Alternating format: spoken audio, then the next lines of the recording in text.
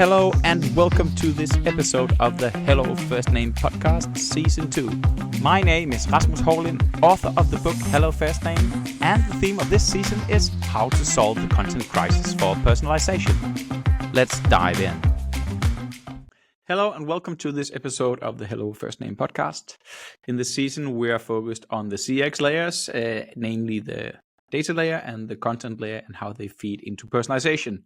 So, and a big surprise there, generative AI plays a huge part in this. It's all part of myself and my co-author Franz of our work on updating Hello First Name to the edition that will most likely be out here in the fall of 2025. So today we have a special guest, Nikolaj Skarby. Welcome to the show. Thank you so much, Rasmus. You're from Scratcher.io. More on that later. But it has to do with zero-party data, gamification, and customer engagement. But first, let's hear how you ended up at Scratcher and how did your journey lead you there? Definitely, Rasmus, and thanks for inviting me for the show. It's been very exciting to follow First Name and your publicized works as well. Thanks. Personally, I'm always a big geek and a data nerd. I always say like my brain is commercial, but my heart beats for data. So coming from a background of influencer marketing, when that was very, very new and sort of disrupting the entire industry, there was nobody focusing on data. But I joined a company that had a huge focus on data, and I saw how valuable that data and the understanding of data and actualization of data was. Yeah. So later on, when I sort of saw the opportunity for gamification, I wasn't that familiar with it, but I knew a lot about SaaS and I knew a lot about data. And when I saw what they had and what it could do, I was immediately hooked. So that led you to Scratcher. Exactly. What does Scratcher do, and what kind of value are you creating for the brands that you're working with? Yeah, so a short introduction is basically Scratcher is a self-service SaaS platform, B2B. Basically, anyone who want to create engaging experiences, interactive experiences for the audiences, want to stand a little bit out from the crowd. You yourself mentioned something about AI and generation. There's a lot of content pollution out there. It's been even bigger now the last couple of years with the AI. Everyone has access to create content more easily. So consumers and their attention span is dropping. So you need a way to sort of disrupt them in their tracks. And creating some fun, extraordinary, interactive experiences is actually something that can capture the attention. Very, very effective. And you hook that into their website, their CMSs, or their email marketing software, or where do you sort of plug it in? Scratcher is just a builder. You can call it an advanced CMS, where we pre-programmed a lot of the logistics surrounding gamified activities, sort of incentive, whether it's a prize, it's a result you're sort of getting out of this. And then we make sure that it's very easy to connect and hook up to your tool stack and integrate it via an iframe to your website or an app or wherever you sort of are engaging with your user. So it's like a one-stop shop for interactive experiences, and you don't require sort of any kind of skills or programming skills. You basically drag and drop and build it like it was Canva, you could say. Okay, so what are the sort of the most common use cases for this? Well, the most familiar one is of course the spinning wheel that everyone loves and hates. Spin the wheel, yeah. It's very, very much used. Everyone knows it, and it's loved because it's very effective for acquiring email permissions and giving out, if you're a web shop, you give out some 10% discount or a prize. But people also hate it because there's so many free and low tier tools out there that you can't really customize to a brand. And I think that is one thing that's very important, especially from my standpoint, is that you are actually capable of customizing these kind of interactive experience to resonate with your brand platform. Because if you don't do that, then you might have built a lot of time and space invested in your brand positioning, your messaging toward your audiences, and then you have something that is just misaligned. Worst case, they can think it's something that is fraudulent, or it's like, what is going on? Is this being hacked? Because are they hijacking the website I'm browsing? Yeah, exactly. Best case, of course, they get a one-time experience with something that's a little bit fun. But it's like everything from spinning wheels, small prizes, we call it luck-based games, to sort of more interactive experiences where you can figure out what clothing style do you have? Do you have new Nordic, or are you a bit test yourself kind of 70s? Yeah, exactly. Or if you sort of want to engage with them, maybe if you have like power, they're standing in line, opening new shops, have queues up. okay, they want to keep the visitors engaged with the brand even while in the queue. They don't want to have them looking at their phone and not interacting. Yeah. So you can make some competition that's a bit more challenging, leaderboard based, etc. Yeah. And sort of spend more time with the brand. Yeah. So it's not all about, necessarily data, but it's a lot about also engagement. Yeah. Yeah. So as a client, I would expect to get, I don't know, it sounds like I'll get email permissions potentially. I will get more data on my customers, as in like which segments they belong to or whatever preferences they have. And then I will get the time spent with brand. Yeah, it's actually up to you what you get, how you sort of tailor the campaign, because it is a builder and you have the opportunity to build an experience. But definitely you get sort of form-based data. So you get both the zero-party data, you also get first-party data, but you also, some companies also use it to collect third-party data and sell that on to others, like classical affiliate marketing. So you have so many ways you can actually utilize this for to create an experience, not only online, but also connect, if you have retail and in stores, you actually connect the offline with the online. By, for instance, a QR code, even though some people, they love to hate them. It's still very effective. No, I think QR codes are back. I mean, for a while when when they first came out, there was a lot of hype around it. And then people realized that they had to download an extra app in order for them to scan anything. And then it became not so popular anymore. But then it was then adopted into the normal camera phones, and then it kind of snuck its way back in. So indeed, it is something that I also see working out there. I check in to my health club, my fitness club, using a 2D barcode that I scan, and as such, I think it's quite widely accepted. It used to only work in Asia.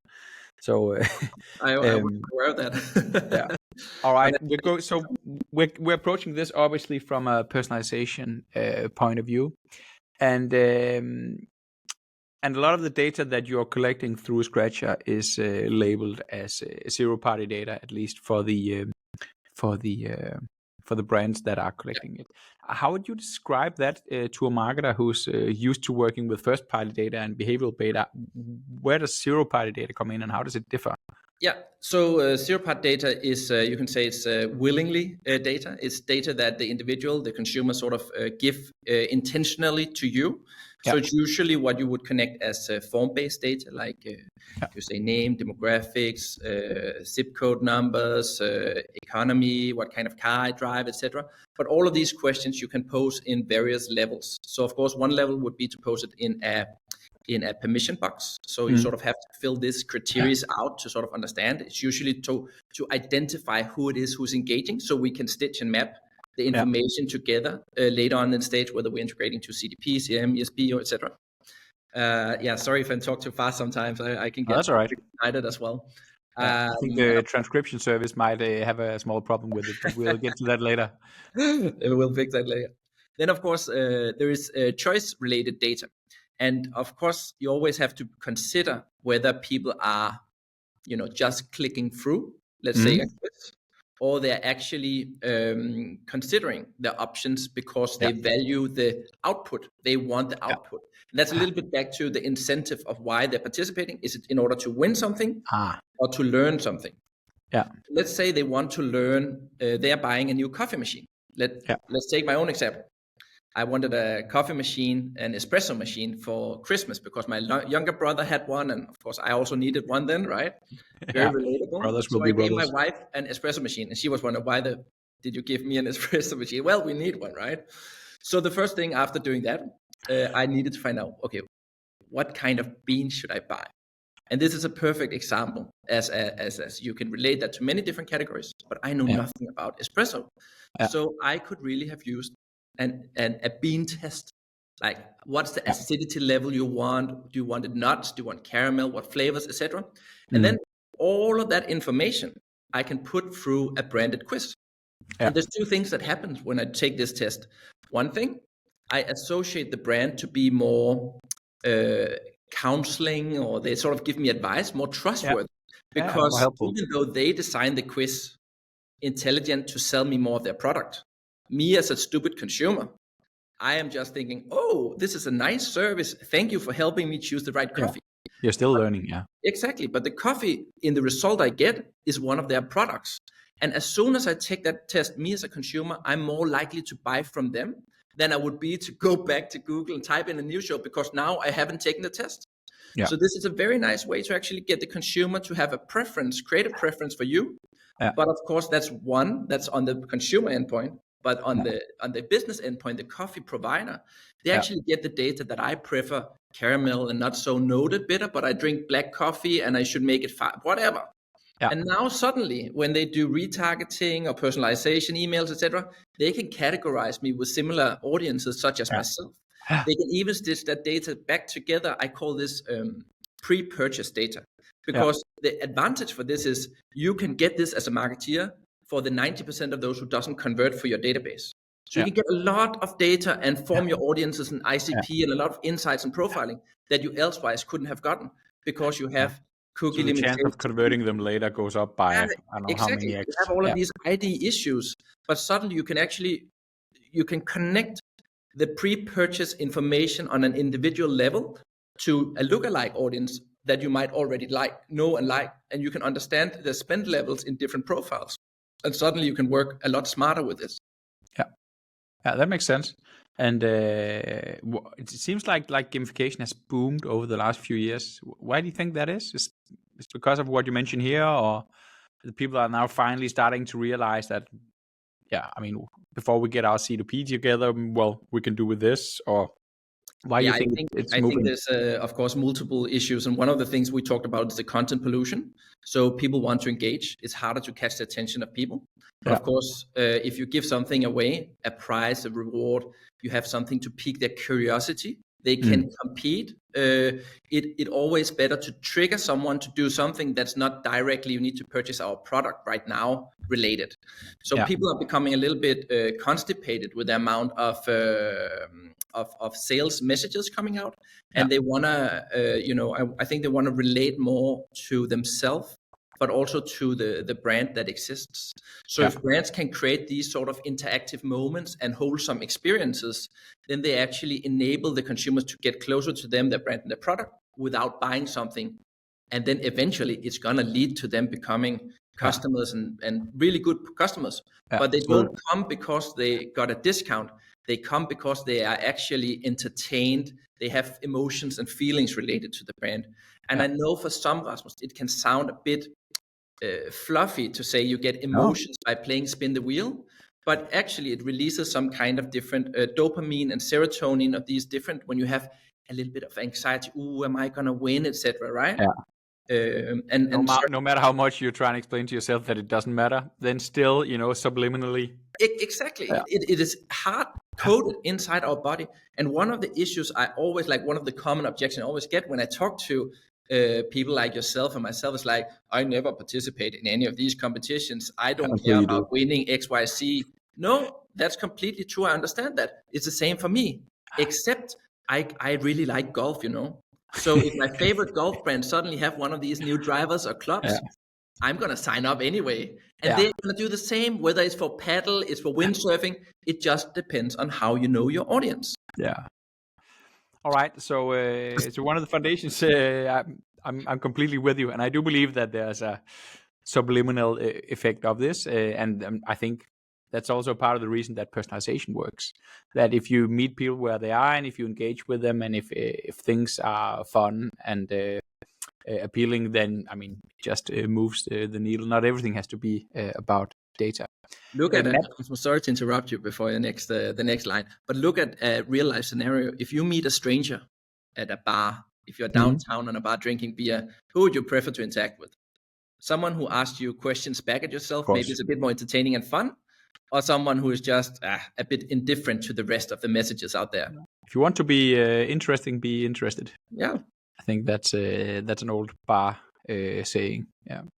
Mapping it to the CX layers, because that's sort of the angle that we're taking to the podcasts, the podcast episodes this season. When you think about the CX layers framework, the data layer and the bottom that most are familiar with, the content layer, the top, and then the personalization layer in the middle. Where do you see the biggest opportunities for zero-party data to make a difference here?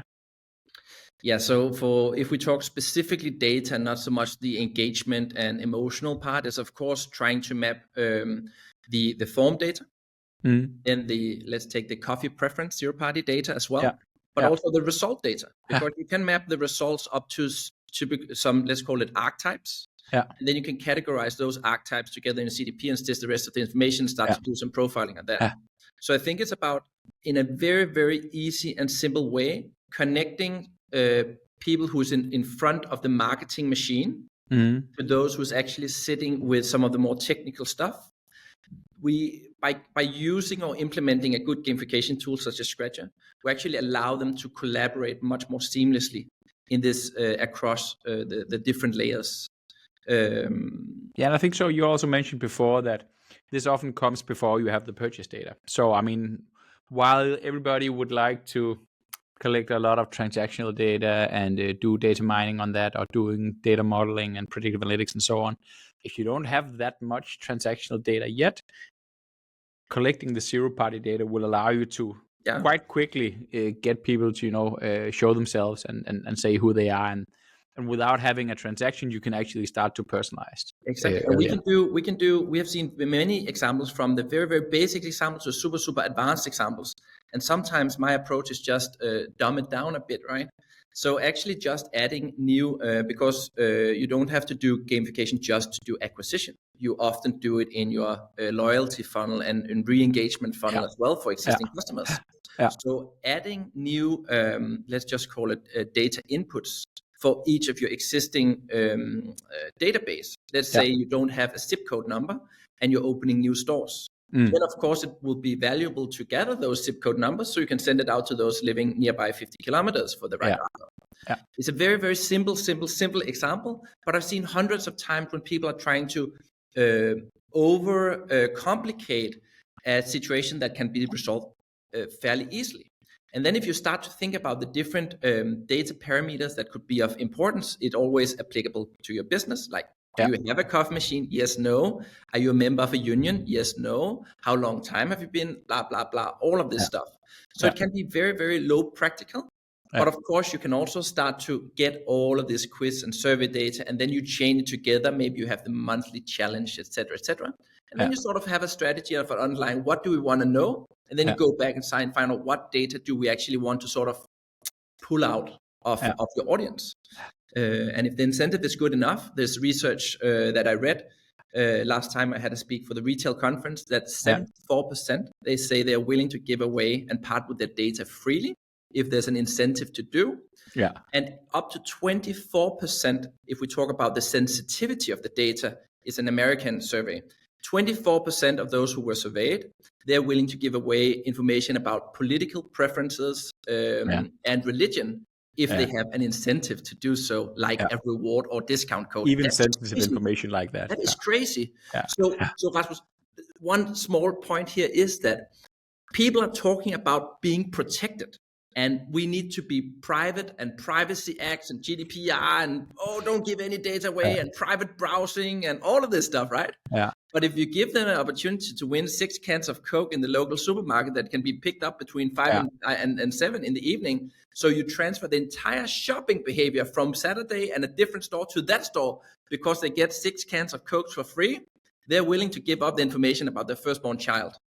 Yeah, I completely agree. And that is, I mean, there's a lot of talk, and I think and there are also a lot of surveys where you're asking people these questions. And normally, if you ask people, will you give away your data? People say no.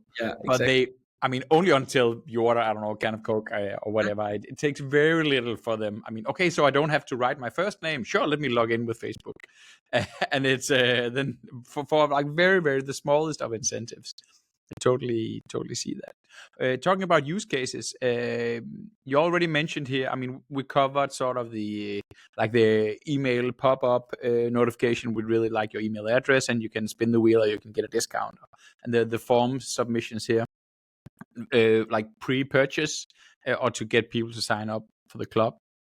And then you mentioned the use case of taking existing customers where you need to like in your database, in your loyalty club or whatever, in your customer database, and refreshing the data and the information that you have with them. or just engaging with them in something that is fun. What are sort of the most creative use cases that you've seen, maybe with some of the Scratcher clients, where they've done this in a fun way, in an engaging way, where you thought, wow, that was clever, and that was a fun way to sort of get people to interact? Yeah. So I obviously have a few. I think one of the most recent ones that is very broadly recognized here in Denmark as well is obviously the relaunch of the Whopper we did with Burger King. Which was a huge success because Mila, who was the marketing manager, she was sort of thinking, how can we go about this? Because there was actually a production issue on a low level when it came to, if we are going to do a sampling locally in a Burger King Copenhagen, then first of all, they wouldn't have the capacity to drive the need for those who actually want to try it. And second of all, it would be only in the local part of Copenhagen. So everyone else in the rest of the country, it wouldn't sort of help with that issue. Yeah, so no advertising. Exactly. So she actually came about and said, okay, if we do it a gamified where you can win an opportunity to sample and try the new burger. So instead of pushing and saying, we want you to try the new burger, it will reverse the demand because now I won a free Whopper. So now I have to try it, even though I usually go to McDonald's because, hey, it's free. So she actually turned the tables upside down by using gamification, sort of changing the name of game. And at the same time, she spread out the campaign because it could easily be done online with our sort of price and monetization reward engine across entire Denmark. So that was a hugely successful campaign. We have done a nice case about it. They saw, of course, a huge uplift on additional sales because now you have a free Whopper. Let me buy some fries, or maybe bring the family and so on and so on, right? So let me think this from like a customer point of view. So I mean, I see an ad for try out the new Whopper, and then I click it, and then I get into sort of a spin the wheel, and then I can either win nothing or I can actually win a free Whopper that I then have to go and collect. Yeah. Or you could win like 10 crowns, so fries, 10 crowns instead of 35 crowns, or ice cream for 10 crowns instead of 35. Or the vouchers, Vouchers, or the small prizes. Exactly. So that is going to drive attention, it's going to drive awareness, and you had a chance to participate on a daily basis. Yeah. So they could actually hold that campaign open for a long time. I think that is just a great example of it. Yeah. Then of course we have someone like Volt that also ran. They use this very intelligently. They used the delivery services. Yes, exactly. Okay, so not the e-bikes. Okay, no, that's good. You clarified that. Yeah, but they used a game format, which is like guess the code, and they have a game with a refrigerator they designed. So you could actually win 35,000 crowns worth of goods to your refrigerator. So that's what I mean when I told earlier, if you make campaigns which are superficial, it's not going to get the same effect. Where if you just spend a little bit time on sort of connecting the game with your brand, then the participation, trust, and brand experience becomes much better. And what's better, keeping like you want like advanced game mechanics that really suck people in and keep them there, or do you want make it simple and really easy? It depends on your business, your services. Do you want to collect like top funnel data, or do you want to create bottom funnel engagement, loyalty, and flow, and so on? So it really depends on each individual use cases. Okay. The one thing I want to tie in with Volt was that they actually hit the clue, so you could guess the password for the refrigerator. They hit that in various content pieces. So you actually engaged and enable your audiences to sort of engage more with your social media, your newsletters, your ads and stuff. So you had to collect the small clues from different sources to guess the password. And there was only one winner. And every day you had 10 chances to guess this 10-digit word or guess and so on, right? Yeah. So that is just, you have so many different opportunities to sort of be creative and drive incentives. So that's kind of a quite advanced game mechanics there. It's actually a very basic advanced, but the thing that was advanced was the setup surrounding it. But we don't have anything to do with that. That's just your normal marketing channels, right? Yeah. Okay, that's fun. So which businesses or industries are most sort of ready to take advantage of this? And that's typical industries. We get asked a lot about that. An obvious answer would be like retailers and e-commerce businesses, because they obviously have a broad consumer-faced aspect, and they have high competition and want to engage. But even B2B businesses, they are investing severely, typical in fairs and trade shows. And And it's still very old school for many. They invest heavily in the stands, and they have account managers standing there and waiting for people to come over and talk to them. Yeah. But actually having some kind of game, now I say game or interactive experience. Yeah. And I'm not talking about a scratch card or spin the wheel now. Now I'm more talking about, is your business ready to take the test to find out if you're top 5% in your industry? Then they actually get a lot more curiosity, and you have a chance to stand out from the crowd. So we've seen more like a maturity assessment kind of. Yeah, exactly. And that is really peaking that kind of ICP. We have a great example from an NGO that did like a penguin knowledge test. So how much do you know about the imperial penguin? I think it was. Yeah. And the thing is, they knew that if people take the test about the imperial penguin on Facebook Meta, and they are threatened, and they create this emotional framework that, of course, it's the penguin is being extinguished, and it's very sad, and it's not, sorry, I'm just describing the case now, so it's not. Oh, that's fine. Yeah, I loved it. But in the end, they type in their phone number to get more information and participate in competition. And then, of course, they are getting called by this NGO because they want to donate some money. But the person who's calling, instead of saying, "Hi, I'm calling from business XYZ, would you be interested in?" They can actually say, "Hi, I'm calling from XYZ. I saw you took the penguin test. Is that because you care a lot about penguins?" And suddenly you go from the personalization conversation on just in writing. You can actually do that if you are an NGO who's also doing phone calls and a call center. Yeah, of course. Because it's much more relatable if you actually have, let's say in this case, an animal you actually care about. And to have a conversation about the penguins, how they need help.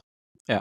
Rather than just some kind of general conversation that you don't. If I were like WWF, then instead of saying, "Would you care to donate?" I can talk about penguins instead, which is exactly where I engaged with the customer, or where they engage with the brand. And then you have 10 different of those quizzes, one for each threatened animal, and you pass that information to the person who's calling, so that they can talk about the various animals.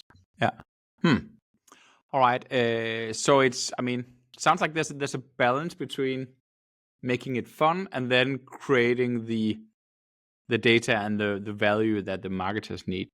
Where is the balance there? How much is, which percentage is fun and games, and which percentage is let's get some valuable CRM data logged in? I think it's all in your brand DNA. So if you look at a brand from Orkla, Kim's, the chips brand, they of course have a much more daring attitude. They're doing collabs with TikTokers. Yeah. Recently, they're doing this QR code scan on a crisp bag to play music, and you can dance, and then you can also vote on what bag is the coolest or taste the best. Yeah. They can do very interactive, fun colors and noise. Whereas, let's say a big fashion brand, Yves Saint Laurent or something like that, they want to keep it a lot more posh.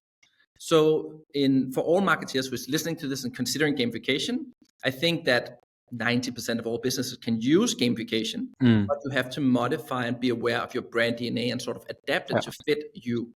The more silly FMCG your brand is, like the more nuts you can basically go.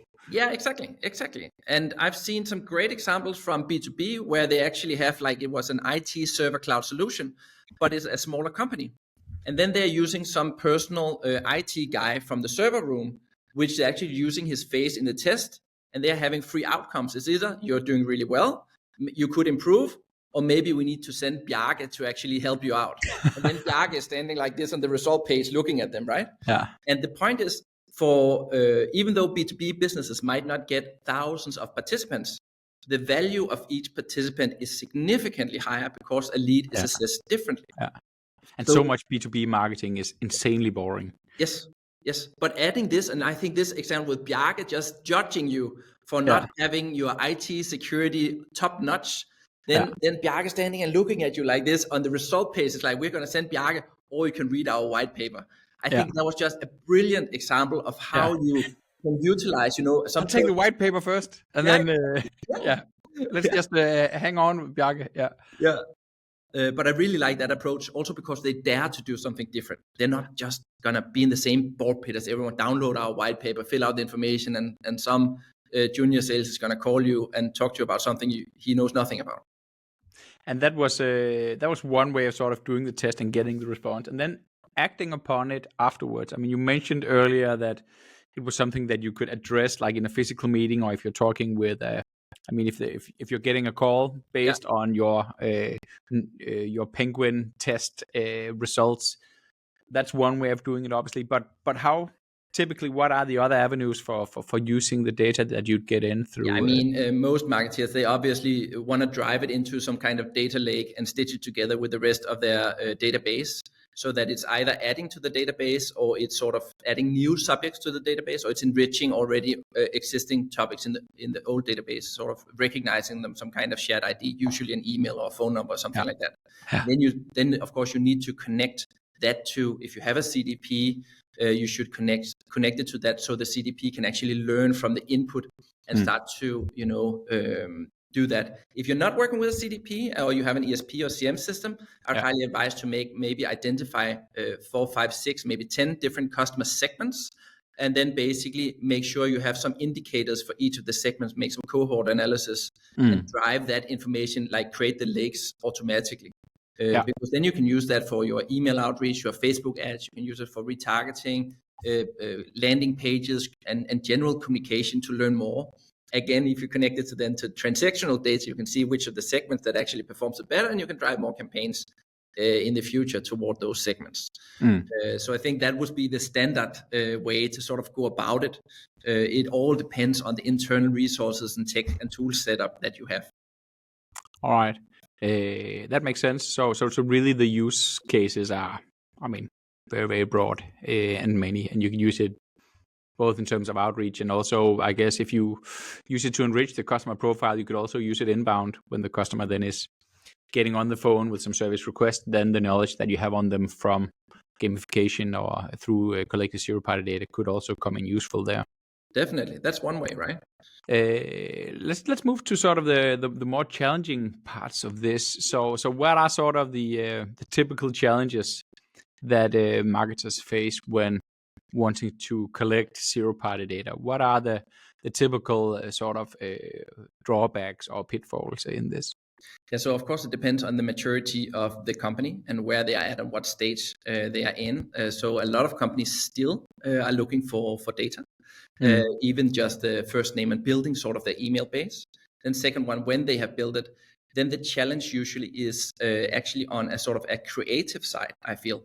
Because the biggest pitfall is that people focus too much on the process rather than actually what you need to do to differentiate yourself. And I've seen a trend that people are, I wouldn't say tired, but they're more critical toward this classical, traditional performance-based marketing. And they are more focused and leaning on actually back to the old brand building stuff and brand recognition and making sure you have a share of voice, etc. Yeah.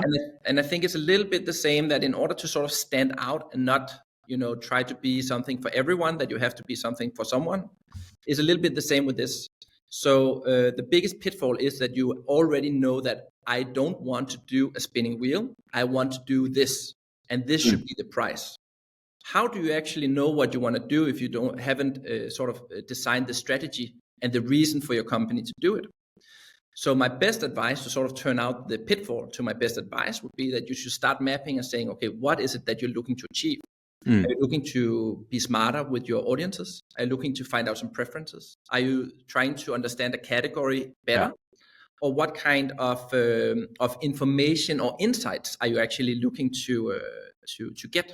Yeah. And then you design it backwards. Instead of saying, I want this. No, you don't want this. You go the opposite way. And depending on what your goal is and what you want to achieve, then we have some best practices for what you should, what we would recommend you to do. Yeah. So if I can paraphrase, so it's about, say that you're sub-optimizing small vanity metrics, then that could sort of make you want to apply sort of a spinning wheel, but really that's too much from the bottom up. Whereas really what you want to look at is sort of the high level metrics that you want to, what do you want to change in your business? Do you want to change the amount of incoming leads or the conversion rates for people? Or do you want to make sure that you know more about the leads that come in or the existing customers that you have, and then decide sort of which engagement or gamification what kind of emotion or feeling do you want to leave? It's actually just marketing, it's just going back to the basics of marketing. What do you actually want to leave? What emotion do you want to leave How big a difference does it make if I mean a spinning wheel is probably a spinning wheel is a spinning wheel, but I guess you can put a lot of creativity into which prices that you put in there and how the text is that describes it and sort of what the overall concept is. How much is mechanics and how much is creativity? Let me put two different contexts into this. So a spinning wheel is not just a spinning wheel. Yeah. And my point being is that, for instance, WhiteAway, one of my favorite examples, they do whitewares, of course. And one of the things they did is a clothes washing machine, washing dryer machine. So they made the spin inside a washing machine to actually fit the spinning wheel. And I think that's an excellent creative example of actually applying your business and brand ID and to sort of support a game mechanic. That's very great. I've seen car deals distributors where they turn it into a wheel, an actual car wheel with noises, Wheel of Fortune, street sounds, and so on. So you can be very creative with how you use the spinning wheels. The second part is, of course, when you talk mechanics, maybe. And that matters. I mean, does it matter more having the washing machine turning around than just having a crazy? I mean, we can see when you just have some clients, they go for the quick and dirty solution. So they take a very, very ugly basic template with they use a brown and a white color maybe, and then they have some Times New Roman sans, and they put that on the website. And they wonder why it doesn't convert. I mean, if it converts, it's going to be spoof emails because people don't dare to fill in their right emails, right? Yeah, doesn't look credible. But if you have something that is one-to-one, you can be sure that the data is quite authentic. But I think it can also elevate the brand perception. And when you have, for instance, an email that you send out, if there are games in that email or associated emails nearby, the average open rate and click rates actually increases because people are more curious about it. When it comes to prices, there's a few different ways of looking about it. But some they sort of say, oh, if you have one big price, that drives a lot of incentive. Of course it does. Like you can if you can win a car, then most people will say, oh, that must be a great campaign and a lot of participants. But actually, the thing is, the ICP or ICP will be broadened out a lot. And the second part is that actually a lot of people are demotivated to participate if they see one great price, because your personal perception of winning it will be that lower. So actually the example I had with the winning 6 bottles of Coke, you know that if you communicate thousands of prizes, 40% winning chances, then you're like, oh, okay, there's a big chance I can win. It's a commodity. Okay, I'm just going to participate, because the same with the Burger King. It was like everyone won something, even though it was a coupon, right? So you're winning a box of fries, which costs them next to nothing. Exactly. And then if they can get that to drive purchases, and everybody the redemption rate for that case we talked about earlier was 46%. Yeah, that's quite big, but also means that a lot of them are not getting redeemed, which is also all right, because then you're giving out prices where people get the experience of winning, but it's not costing you a penny. Yeah, exactly. I was actually just at the the Danish Cancer Society, Kræftens Bekæmpelse, and we were discussing, because they actually have a lottery, and we were discussing this exact thing. And they do have a car, and they say that the car price pulls in a lot of attention, because wow, I can win this big. But when it then comes to converting, then they need a lot of smaller prices, because then people, I could win the car. Probably won't, but I could win all this other stuff. And there's actually quite a big chance that I win at least something. Let me come with an example there, Kasper, Rasmus, because that is actually a really good example.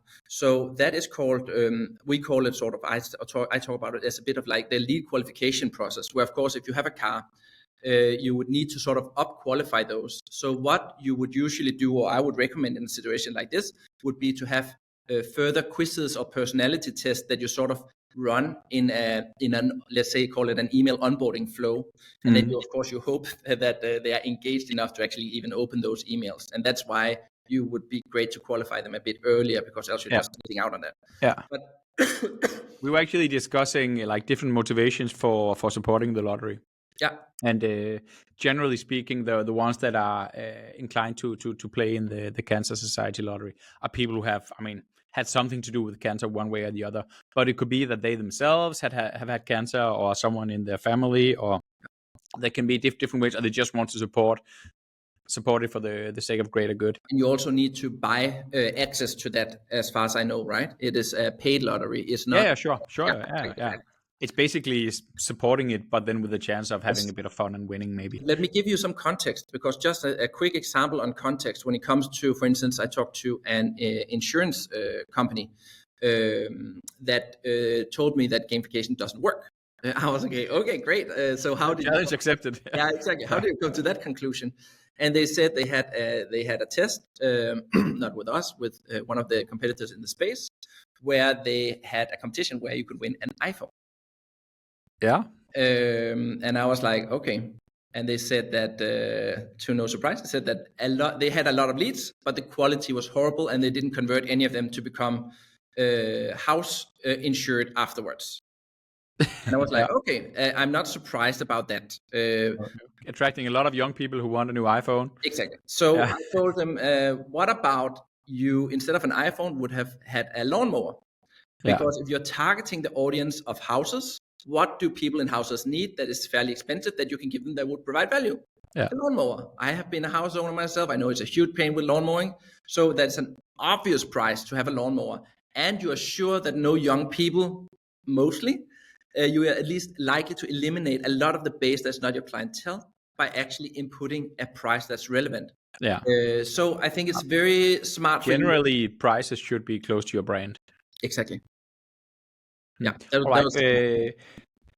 We covered a lot of stuff now. A lot of different ways of engaging customers and prospects and getting that information, either by being like very like dry and sort of analyzing it, but also putting on humor and stuff like that. In the CX layers and also in the update for the book Hello First Name, I mean, one of the reasons for doing that is the advent of generative AI. So where do you see this whole zero-party data collection and moving that into the data layer? Where do you see that crossing paths with generative AI? So I think one of the, if we look, it's hard to say how many years, but if you look sometime in the near future, who knows how the world will look? Exactly. In 2 years. One of the most valuable commodities would probably be data and insights. So if you have something like gamification that can help you, acquire data and insights, then you actually have a lot of, that you can feed these models with. Because what you need your personalized models to actually do, as far as I understand, and I'm no expert, but the more relevant and accessible data you can actually train them on, the better they will become and the better output they can provide. So one of the things that's going to be very, very valuable is specialized data or specific data and access to that. So the same we said 10 years ago when the issue was data acquisition.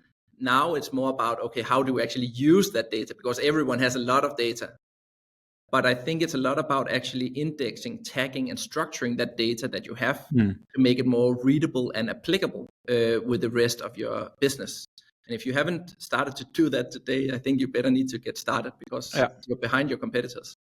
Does that make sense, Rasmus, to answer your question? I think it does. So just so for instance, give an example from the Agilic world.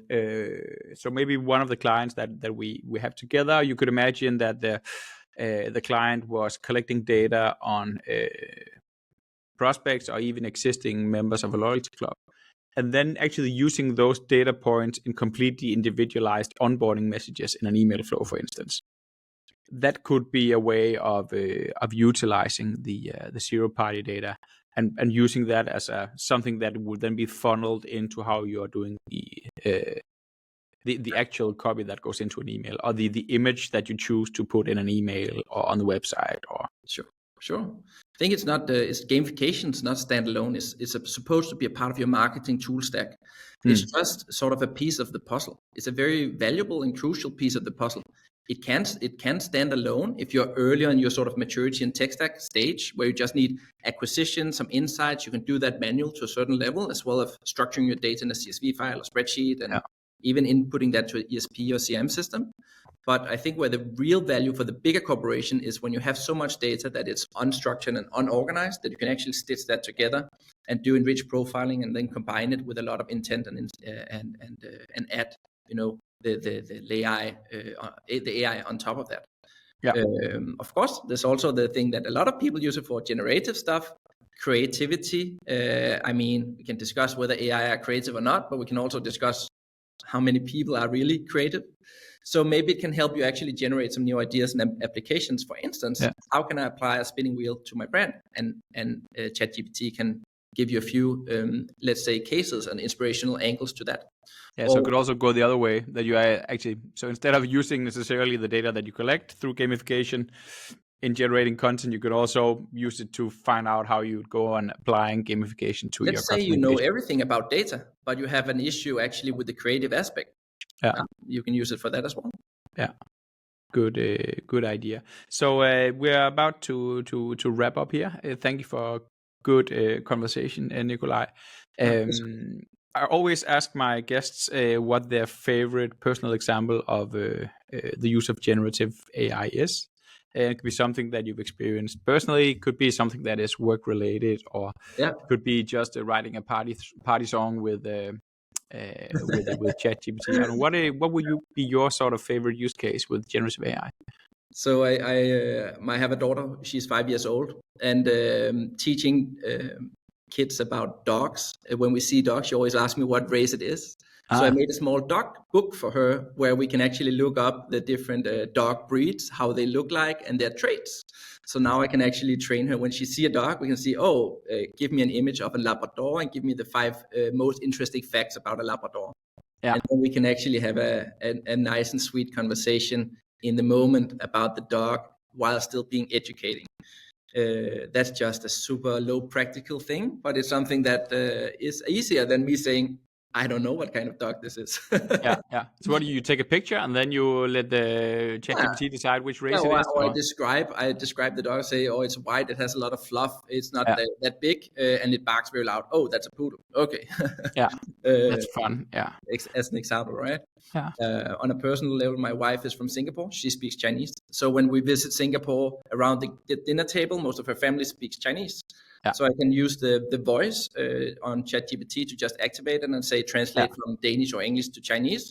And I can actually, and vice versa. I can be in an almost live conversation if the noise is not too big.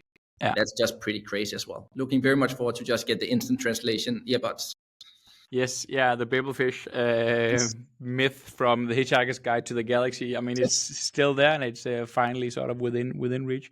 There's so many fun answers to this question. I used ChatGPT when I was in Melbourne like a month ago, just using it as a tour guide, and I was talking to it on voice mode, just had it plugged in my ear, and I was describing where I was and what I was looking at, and I'm looking at a skyscraper that looks like this and that. Which kind of building could that be? Well, that's the building of blah blah blah, and the history is that this and that, and okay, tell me more about that. Okay, I'm moving over across the bridge now, where am I going? And actually using it as a tour guide, even asking it about the different plants that I saw in the Botanic Gardens. So you can use it for museums as well. I did that as well. Take a picture of an old cannon. And then it gives me more information than the museum actually has on it. Yes, that's pretty mind-boggling.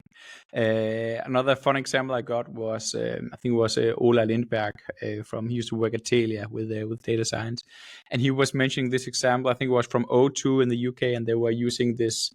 I mean, if you could forward your calls, if there were sales reps calling you could forward the call to an AI bot that was emulating an old lady who had dementia, and basically the robot was taught how to keep these people on the line and just wasting their time. Oh no! And it was quite hilarious. Oh no! Yeah. So all right, thank you so much, Nikolaj. I believe this has been a good and fun conversation about zero-party data, about gamification, about customer engagement. And if people want to know more about, I mean, if they want to get to know you, or if they want to know a bit more about Scratcher, where should they go? Yeah, so of course, hook up with me on personal link, I think on LinkedIn. And I think also, Rasmus, you can provide a link where people can check out Scratcher more in the description of the podcast. Yeah. And else go scratcher.io and check it out. We have 14 days free trial. We actually also offer freemium as the only one in the industry. And we have transparent pricing on the website, because we basically believe that nobody wants to speak with salespeople anymore. They just want to go in, they want to test the tool, figure yourself out. If you need help, well, reach out. So that's the new way of SaaS 2025. All right. Thank you so much for joining, Nikolaj. And I'm looking forward to catching up with you again anytime soon.